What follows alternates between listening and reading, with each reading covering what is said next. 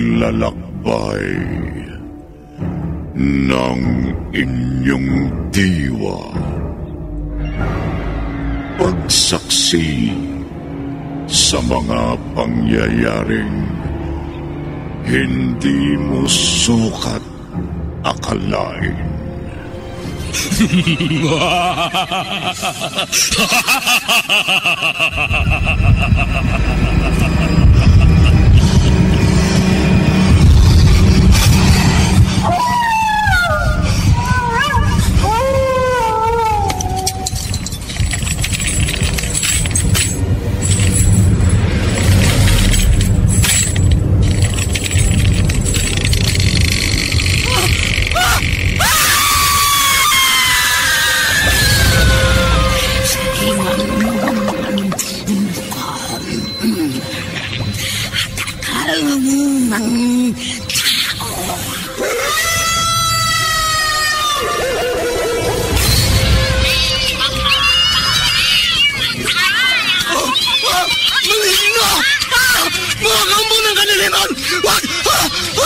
Huwag kayong lalapit sa akin!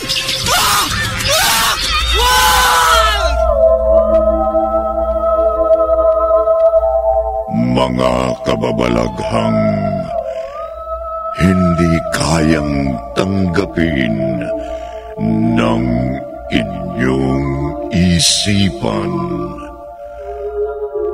Nagaganap tuwing sasapit ang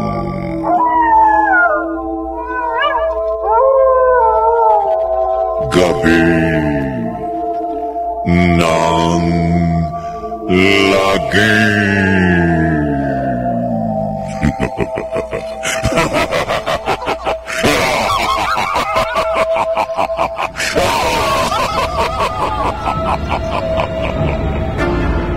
Pinagsamang produksyon ng DZRH at Star City.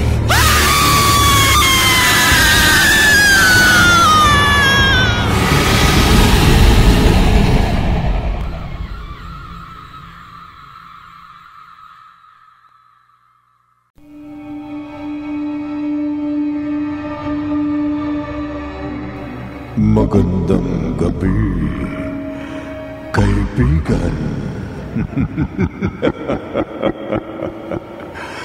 Kagabi, nalaman nating si Yvonne ay nagboluntaryo para sa mahika na isasagawa ni Great Ellie. Sa mahikang naturan, pinatulog si Yvonne at pinalutang.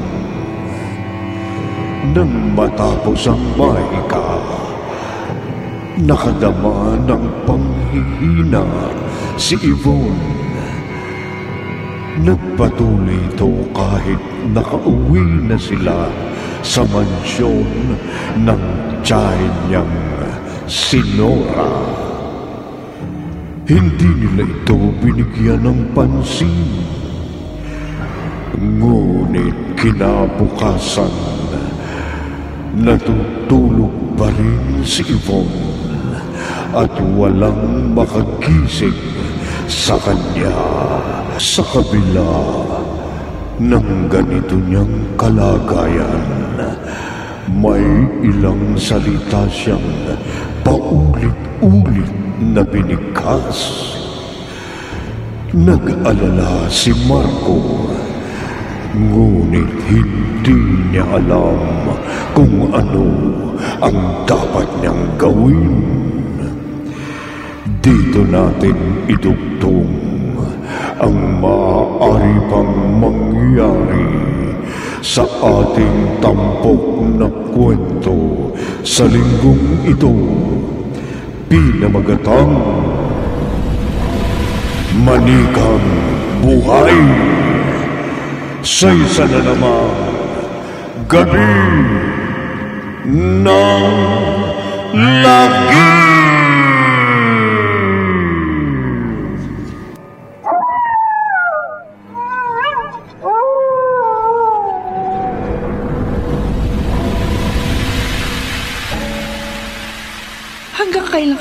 tiwala sa ating amo. May tiwala ako sa kanya, Dahlia. May tiwala? Sinasamantala niya ang kabutihan ng puso mo. Sinasamantala niya ang pagtanaw mo ng utang na loob. Ano bang ipinag-aalala mo? Demonyo siya, Hugo. Ha? Sa likod ng mabuti niyang pakikitungo sa atin, isa siyang demonyo. Huwag mong sabihin yan tungkol sa taong kumukup sa atin. Hugo, pinagsamantalahan niya ako. Dahlia? At nagbanta siya papatayin ka kung magsusumbong ako sa iyo. Hindi. At dahil natatakot ako sa kanya, inulit pa niya ang pag-angkin sa akin. Dahlia, bakit hindi mo agad sinabi sa akin? Dahil ayoko mapahama ka, Hugo. Pero, hindi pa rin tama na. Talagang hindi na tama ang ginagawa niya sa atin. Pareho niya tayong tauhan. Pero pareho rin niya tayong ginagamit para lalo siyang sumikat at magkamal ng maraming pera. Dahlia. Hugo, lumayo tayo. Umalis tayo sa lugar na ito bago mahuli ang lahat. Hindi ko yan magagawa. Narito ang buhay ko. Si Great Ellie, siyang nagpalaki sa akin. At nagbigay lahat ng tinatamasa ko ngayon. Aalis pa rin ako. At sana, Hugo, hindi mo pagsisihan ang pagpili mo kay Great Ellie. Hindi ko pinakinggan si Dahlia. Ngayon ang kaluluwa ko ay bilanggo sa manikang ito. Hindi ko kayang manatili pa dito. Kailangang humanap ako ng tutulong sa akin para makaganti kay Great Ellie.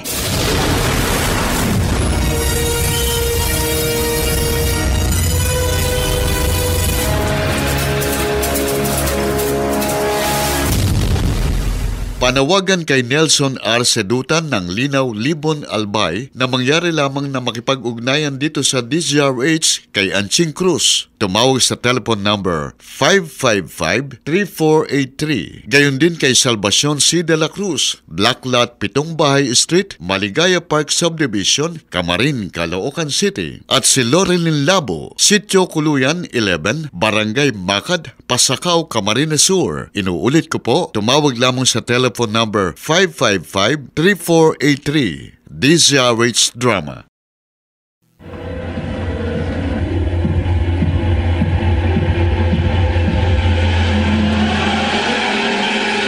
Balikan natin ang kasaysayang tampok sa linggong ito sa isa na namang Gabi ng Lagim.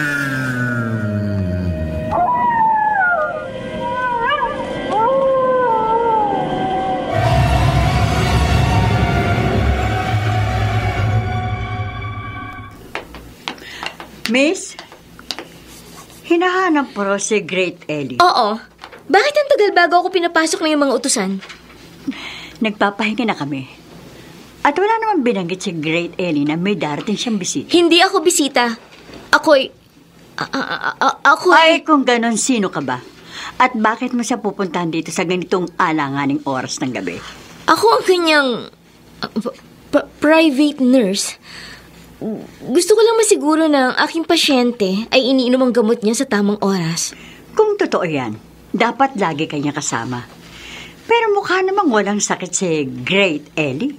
Katunayan, napakahusay ng kanyang performance kanina sa aking charity ball. Gusto ko pa rin siyang makausap. Miss, gabi na. Hindi mo ba mahihintay na bumalik na lamang siya sa kanyang tahanan? Sino pang iba niyang kasama dito? Ay, bakit ko sasabihin sa'yo? Ito ay aking mansyon. At sino mang pinatuloy ko rito ay cargo di konsyensya ko. Kaya kung wala ka nang sasabihin, makakaalis ka na. Hintay mo na lamang ang dakilang mahikero na umuwi sa kanyang tahanan. Doon mo siya paglingkuran. But... Miss, gusto ko na rin magpahinga. Ayokong maging bastos. Pero kung hindi ka pakikilos dyan, ang mga utusan ko na ang kakaladkad sa'yo palabas nitong mansyon.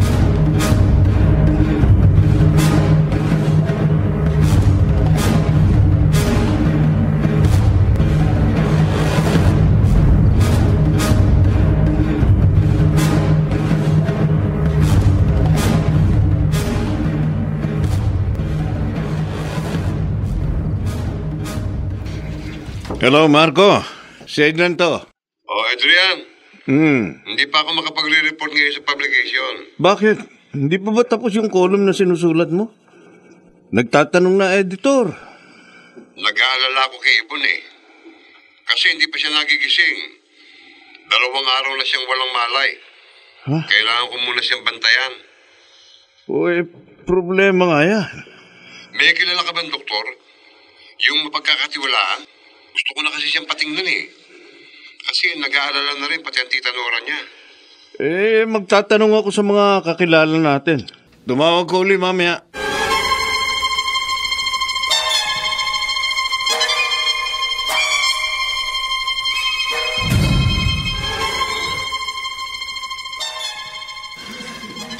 Ibon, ano nangyari sa'yo? Bakit ka nagkaganyan? Si Great Ellie. Ha? Ang manikang si Hugo? Paano ka nakapasok dito sa kwarto? Hindi na mahalaga kung paano. Anong sinabi mo kanina? Anong ibig mo sabihin? Sa Berlin, 1948. Ano?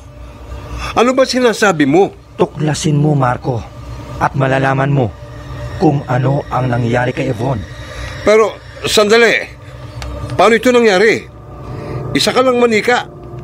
Paano ka nakalakad na mag-isa? At ngayon, nagsasalita ka sa harap ko na parang...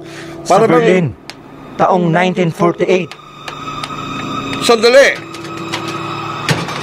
Oh, totoo ba nangyari? Totoo bang nakausap kong manikang si Hugo? O namamalik mata ko? Pasamantalang nakatulog habang binabantayan si Ibon. Pero, ang mga salitang binitiwan niya, tandang-tanda ko. Berlin, 1948.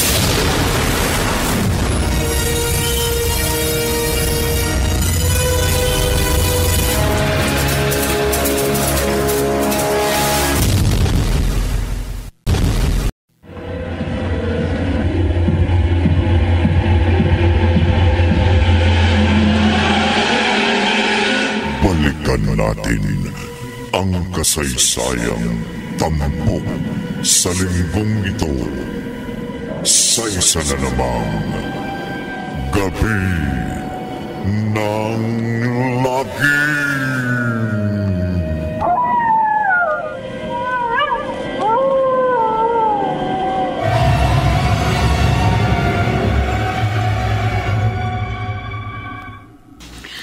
Ano sa Berlin? Anong gagawin mo sa Berlin? Meron lang po akong kailangan tuklasin. Sasamahan po ako ni Adrian. Ang kasama mong manunulat sa dyaryo? Opo. Paano pamangkin ko si Yvonne? Kung papayag po kayo, may pupunta rito mga gamot na titingin sa kanya. Mapagkakatiwalaan po siya. Bago ko umalis, ipakikilala ko siya sa inyo. Para masigurong hindi impostor ang pupunta dito. Marco, ngayon ka pa ba aalis? Kung kailan si Yvonne May kinalaman sa kalagayan ni Yvonne ang pupuntahan ko sa Berlin. Kaya sana po, maunawaan niyo ko. Pero hindi ko maintindihan, Marco. Hindi rin po maliwanag sa akin kung anong matutuklasan ko doon. Pero dahil gusto ko pong gumaling si Yvonne, dahil gusto kong iligtas siya sa kung anong kapangyarihan bumabalot sa kanya ngayon, kailangan ko po itong gawin. Kailangan kong pumunta sa Berlin.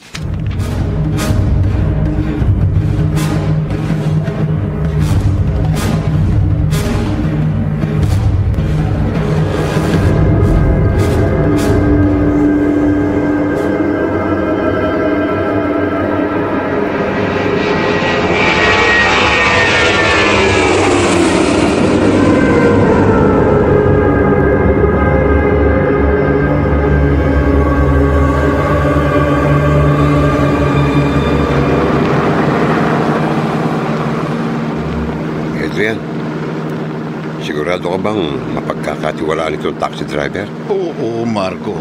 Siya lang ang taxi driver na marunong mag-Ingles doon sa mga nilapitan natin. Kaya siguro naman, mapagkakatiwalaan siya. At kilala niya yung pangalang hinahanap natin? Oo. Dadalhin daw niya tayo mismo kay Dahlia Steinberger.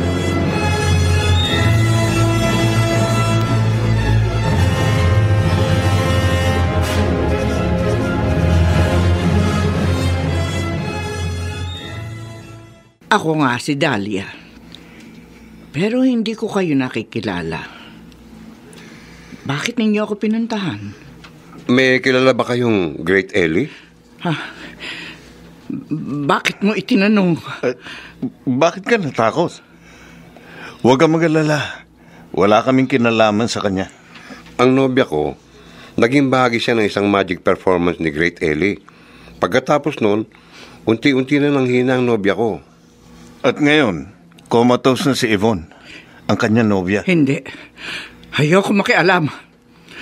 Ayoko nang maalala na karaan. Si Hugo? Ano ang tungkol kay Hugo? Tinalikuran niya ako. Pinili niya si Great Ellie kaysa sa akin. Siyang nagturo sa akin tungkol sa lugar na ito. Sinungaling ka! Patay na si Hugo. Pinatay siya ni Great Ellie. Patay na siya!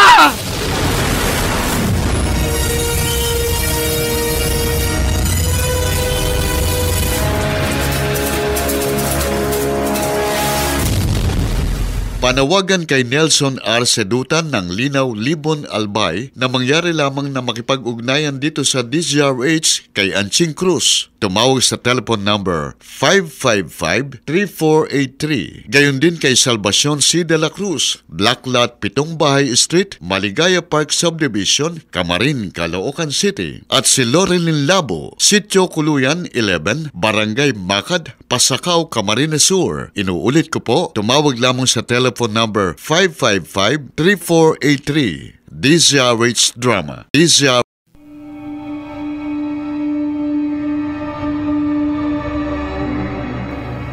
Habang tumatagal, ang lahat ay nagiging komplikado. Samahan niyo kaming muli bukas ng gabi. Durugtungan natin ang iniwan nating tagpo sa ating kwentong Tampok sa Linggong ito. Pinamagatang Manikang Buhay. Sa isa na naman Gabi ng Lagi.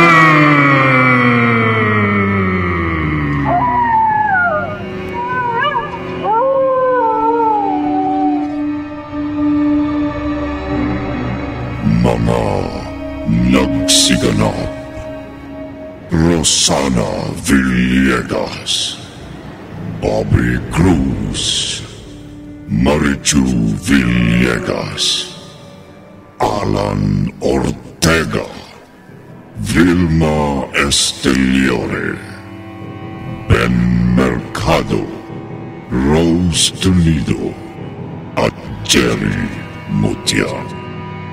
Naglapat ng tunog. Manny Salas. Musika: Boboy Salonga. Supervision Technical: Eric Lucero at Bong Moyar. Sa panulat ni Didith Marasigan. Sa direksyon: Lionel Benjamin. Gabi ng Lagi.